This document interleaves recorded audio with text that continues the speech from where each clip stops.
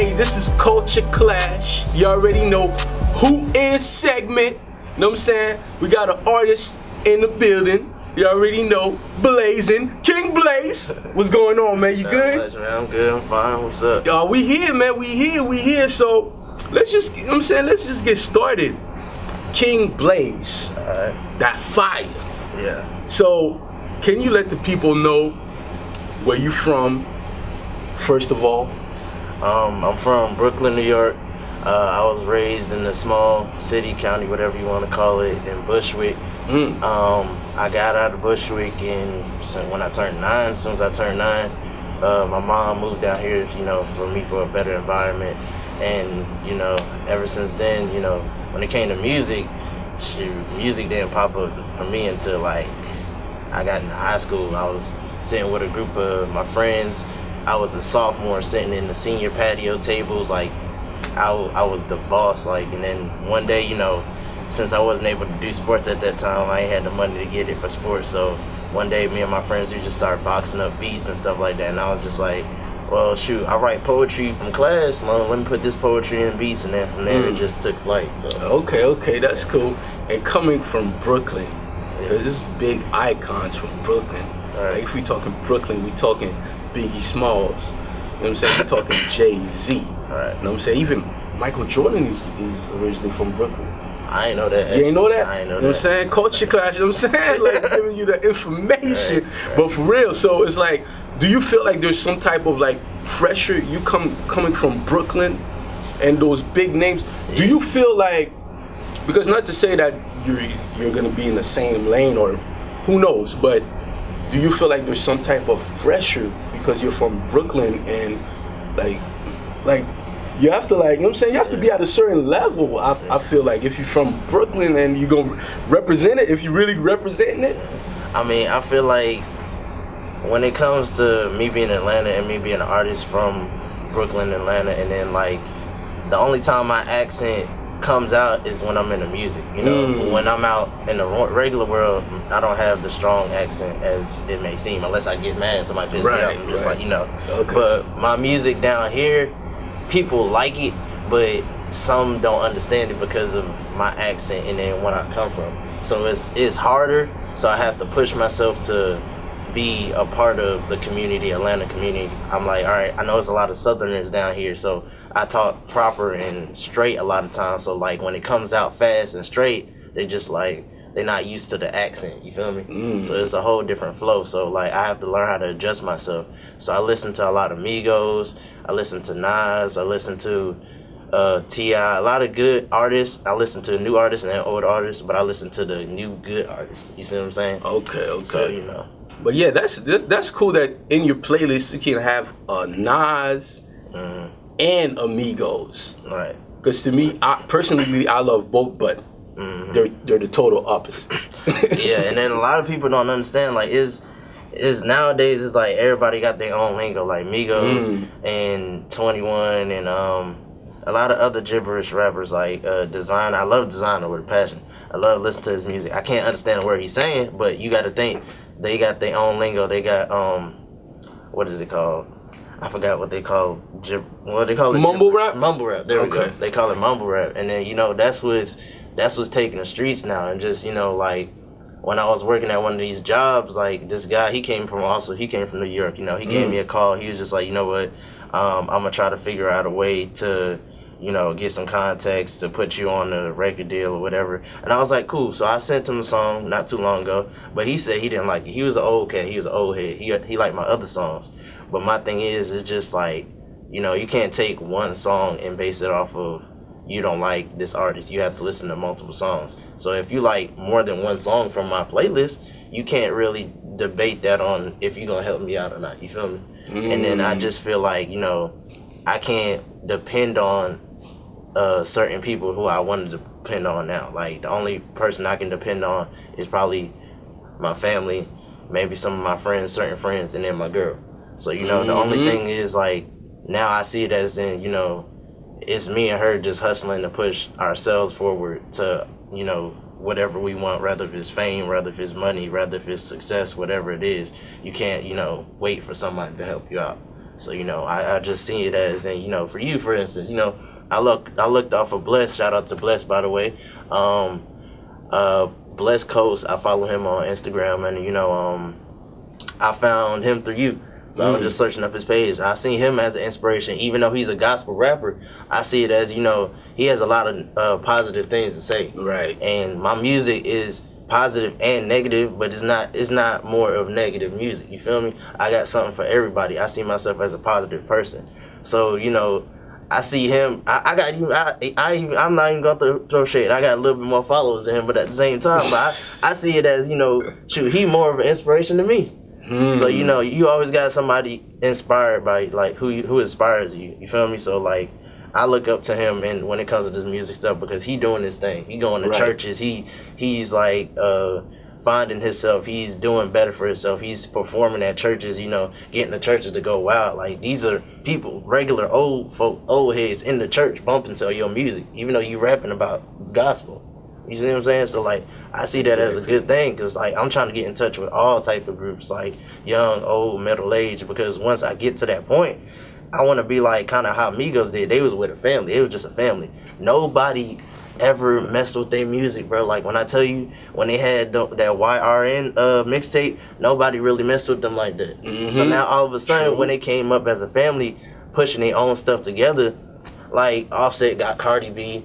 I don't know who Quavo got. I think he got Nicki Minaj, but I can't say that for sure. But you know, like, he on top of things now. And then Quavo call himself head honcho. Like, they stacking it up. And then one lyric that I heard in one of their songs, I think it was in order to get the fame or something like that, you got to take over your town. It was one of these songs off their YRN mixtape. And then I was like, man, you know what? That's actually true. Like, you got to actually put your foot down and push yourself forward in order to make it successful in life. True. Yeah. And I want to speak about, because you said, you know what I'm saying, you got your girl supporting you. She's right in the house. Y'all don't see her, but she right here. She's in the house. She's in the building. She's in the, you know what I'm saying? Yeah. You know what I'm saying? But how do you feel, how important do you feel that it is? Because I heard even a lot of people say that. Puff Daddy said it himself, that the key to his success was just women. And I do agree with that statement, because there's a lot of projects, a lot of things I've did, like I've asked women for input, and they end up being right a lot of times.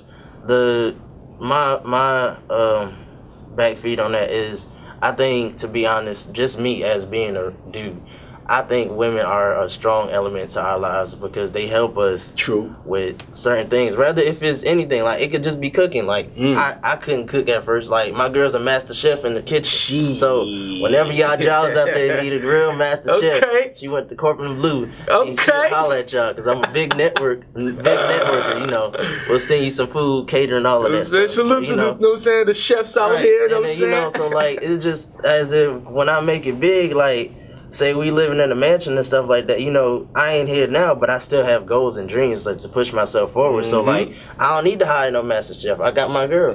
And you know what I'm saying? I'll pay for the food, and then she'll just make the food, and she'll make a business off of that. I'll give her the money. She can flip it like Gucci Man girl, and she could get her own restaurant. You know what I mean? Like, that's how you help each other out. And that's how I see how Migos did. They actually helped each other out, because they family. Quavo is either, what's his name, Takeoff's cousin, nephew, and then Offset's the rest of their cousin. Like, they family. Exactly. Like, the industry been trying to break them apart, but they still stay together. Facts. And then that's the thing. Like, all my family is either in South Carolina or New York. It's just me and my mom down here. So you see what I'm saying? Like, it's just, the only thing I had to depend on is either my mom or my friends or my girl, like I said. Like, so other than that, like, if my friend's off the list, if my mom's off the list, the only person I have is my girl. So, you know, don't, for any artists out there, if y'all don't have a girl right now, or whatever the case may be, you know, just focus on basically what motivates you the most. And, like, she motivates me the most. And also just knowing that nobody can help you the way your girl can. You know what I'm saying? Okay. It's hard for me to say, but you know, just a female, they just got that touch. So true, I get it. You know what I'm saying? It's real. You know what I'm saying? But yeah. We appreciate the women. You know what I'm saying? Like for real, that be holding. You know what I'm saying? You know what I'm saying? The man's down for real. Like we appreciate y'all. For real. Okay, so now this is you know what I'm saying? This is gonna be an interesting part. I got a good one for you. Alright. So you're alone in the desert, right? Yeah. And you only have one choice of one movie. That's the only thing you can watch for the rest of your life. Right. One movie. Right. One movie. What would be that movie? If I could choose one movie for the rest of my life, Yeah. I would say John Q. with Denzel Washington. Okay. Because I could watch that movie over and over and over again, and the only thing that matters to me and that the whole topic of that movie is basically like family love. That's the whole topic of it. This man was willing to give his heart and kill himself for his son. That's like the deepest stuff I ever know. I'm gonna keep it PG, so I ain't gonna curse nothing like that. But that's the deepest stuff I can ever know. Like that's dope. Like, I don't even have no kids right now, but it's just to the fact I love kids, and it's just to the fact where if I see somebody, you know, struggling with their kids, you know, I'm gonna give them advice whether they like it or not. That's my thing, like, you know. But when it comes to kids and family and all that stuff, like I'm on point with that, and that's just, to me, that's the most powerful thing in life. So yeah, I do agree with that. And who would you say? Because you say you listen to Nas, Migos. Is there a particular artist that you would say you heard, and when you heard their music, you were like, man, you know what? I have to get into this music business. I have to start making music. Is there like a particular artist or like a particular moment that kind of like, that she was like, wow, like, you know what? I need to get into music. Well, it depends what kind of generation, because there's a lot of generations now. Like the new generation now, one artist, female artist that I'm starting to like now is Tokyo Jets. Okay. Tokyo Jets. Have you ever heard of? Yeah, I did. Like, she dope on the mic. Like she remind me of Cardi B a little bit, but Tokyo Jets, like she don't get enough recognition like she should, because she's an actually good artist, and T.I. did a good job of putting her on his team, like, cause she do a lot of good hits, and I think she should get way more recognition than she actually does. Like she should be on movies, billboards, all of that stuff. Like, so I give her props for what she done. And like, you know, that's one. And then old school, I'll say T.I. Out of young generation, like I'll say probably, I don't know, that's hard, bro, because a lot of my generation now, they ass, bro. I'm sorry. Wow. A lot of them ass, bro. Like, they only make it because they know somebody. That's what I don't like. Like, a lot of artists that I know now, like, I say shit just about designers. I'm fine with designer. I'm okay with Lil Pump. Like I can find Lil Pump like almost in there. Like, it's just he makes his song so short I can't actually hear it. You see what I'm saying? Like, I want to hear more of them. Like Gucci Gang, I fuck with Gucci Gang. I like Gucci Gang. Shoot, I don't know. It's more of the hype now. In my generation, it's more of the hype. It's not about lyrics no more. Like, so when I actually speak lyrics in my songs, people like, we can feel you on the lyrics, but we want more hype. So I keep trying to adjust myself. So one song I might try to sing, one song I might try to slow it down. Like I got a new song coming up called Can You Handle? And it's my first sexual themed song ever. like my girl was like, you know what, I want to hear you do something like this. I'm not singing on it, I'm rapping on it. The lyrics are clean to where like it's one of them Trey Songz type of stuff. Like, you know how Trey Songz, he talk about love and sex, but he put it under the cover. Like, he don't actually say what he gonna do to you. Okay. And hard words, explicit words, but he'll smooth his way around it. So you think about it, you just like, you have to read between the lines. Yeah, he'd be like, he say something about eating your pear, you just like, what? Eat my pear? Wait, okay, you gotta think about stuff like that, other than just going forward and say, I wanna, smash, I wanna, so and so on. So, you know, you just gotta, I'm looking for that song right there. And I got 2 people who I work with at one of my locations at my job. They sing.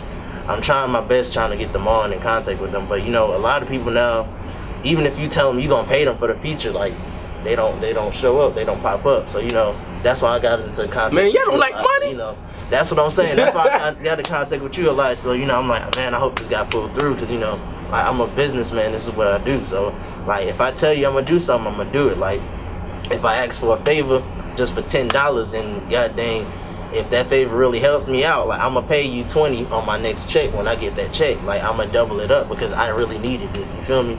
Like, and then, like, you know, even with my brother, like, I asked him for a favor, $20, because it was an emergency. He let me hold it. He was like, all right, I need it back, though. I was like, I got you. Matter of fact, I'm gonna pay you double. But that's how you do it, though. You gotta flip it on them. You know, if you actually want money then and there, you gotta be willing to pay them back double the price so they can know you about your business. And then maybe even next time when you ask for money from them, they might not even ask for double. They might not ask for shit at all. So you see what I'm saying? But that's the thing. Like, you gotta know you gotta know the game. You gotta know actually how to, like, put yourself in a situation where if I know I want to get this, I'm gonna get it. Yeah, exactly. You see what I'm saying? Like, you can't play no jokes around, because if you say you gonna get somebody something and you owe them, you don't give it to them on time, they ain't gonna believe you about nothing. So that's how I see myself. It's just like, that's how I build that trust and gain that trust, you know what I'm saying? So, you know, even with you, so after this interview, shoot, we can still network. Like, that's what I do. I don't forget about nobody, man. I keep building until I have my own team. And I call that team is what I like to call Red Nation. And that's when my whole outfit come into place. My whole gear and everything come into place. Red Nation. Okay, yeah. Why red? Because it just, to me, red is a powerful color. As you can see, you got red lights. True. You got red lights everywhere. Exactly. And also, I wanted to know, as an independent artist, what are the adversities that you face? Because you said that there's a lot of artists that make it because of who they know. Right. You said that a couple of minutes ago. So, what would you say are the adversities as an independent artist that you face? Shoot. I mean, a lot of things that I face. Shoot. Just negativity, and like, to where, you know, some people might mess with the song because they're your friend, or, you know, to the fact that others may not like certain things, so, you know, they might not mess with it. Or just for instance, I have a lot of friends who will side me on certain things, like when it comes to my music and stuff like that. They'll always tell me they like it, but I'd rather have somebody who would tell me, you know, this ain't just for you, this song ain't for you. You feel me? Like, I don't like ass kisses. Like, if you my friend, tell me what it is straight up. If you my brother, tell me what it is. If you my sister, tell me what it is straight up. And you could just let it out, because I'd rather somebody let me know facts to my face and be real, other than, you know, tell me what they want me to hear. You know what I'm saying? True. So if you tell me something facts and I know it's gonna be harsh, like, I know you care about me, because you telling me what's real, and you actually my friend, you actually care for my feelings. So it's just to the fact that where, shoot, it's a lot of times where I go to the club and I'm like, man, I should do this hit, and then, like, for example, I'd be like, I should do this hit with my friend. They'd be like, yeah, man, you should go ahead and perform it. And then, you know, next thing you know, I go to perform, I invite them, and then I get booed off the stage, just for example. And be like, man, you told me, like, this song was gonna be popping. Like, you know people in the streets, you supposed to be the man, like, to help me out. So, like, I don't want no ass kisses on my team. I can't do that. I can't do no ass kisses. You know what I'm saying? Gotta keep it true, dog. Gotta keep it real. Yeah. But that's what's up. And last thing, let us know, do you have any upcoming projects, and also let the people know where they can find you, like on the internet, on the, you know what I'm saying, Instagram and all that good stuff. Well, I do a lot of, me as a business network, I do a lot of social media. So, Snapchat, just in case you guys forget it, is Ike _Smith 1995. I don't know if he'll have it edited in, but, you know, or you could just replay the video. Shit, just hear me say IKE _Smith 1995. On there, I do a lot of blogging. You know, I tell people what I'm doing during the day, rather if I'm at work or if I'm posting something on Instagram. My Instagram is _king.blaze_. That's _king.blaze_. And basically, I don't post that much, but you know, I'm gonna start posting more on there. But in my bio, you'll find a link to every recent SoundCloud I post on there. And basically, I just go back and forth between Snapchat and Instagram when I post my stuff. And then I base it off of the things that I post from YouTube and SoundCloud. So I post my videos also on YouTube and SoundCloud. So you'll find it either way. So if you don't got SoundCloud, if you too broke to get a phone that involves you to get the app SoundCloud, I'm sure a flip phone will possibly have the YouTube app on there. At least it should. Even if you don't even have a phone, hell, you can just go on the computer, laptop, something. Something. For real. 'Cause nowadays everything got internet. Like go to the library and listen to it. But yeah, my music is on YouTube and SoundCloud. When it comes to YouTube, I post little pictures of the videos or clips of the videos that'll send you the information to my YouTube, because I changed my YouTube name here and there. Well, first it was King Blaze and now it's King and Ma. So me and my girl, we making a viral page, a blogging page. I'm sure you heard what's that girl name? Them girl's name? Delmar and Christy. Oh yeah. Yeah, she wanted to do some stuff like that, but you know, me as I'm not usually a blogger, so I don't know the ideas of that. When it comes to music, if it was music wise, I'll know ideas left to right, and we'll be doing videos. But for right now, like we don't really got that many ideas. The only idea we got of is the little challenges. Yeah, challenges. The little Buffalo Wild Wings challenge. Okay. We try them real hot wings, but other than that, shoot, the rest of the videos on that page is just the songs. And I do editing on my own. So whenever you guys see a video off of my YouTube page, is basically I use the song and then I make a little little video from Viva Video. Shout out to the app Viva Video. I use Viva Video. I do my editing on my own. So like I said, I do a lot of stuff independently on my own because I have nobody to phone on. But I see it as a good thing because I learned how to do everything. True. So you know, one thing I can't do right now because I don't have money is get my own studio right now. So if I had the money to get my own studio, shoot, I'll be learning to do that. I'll be making my own money again.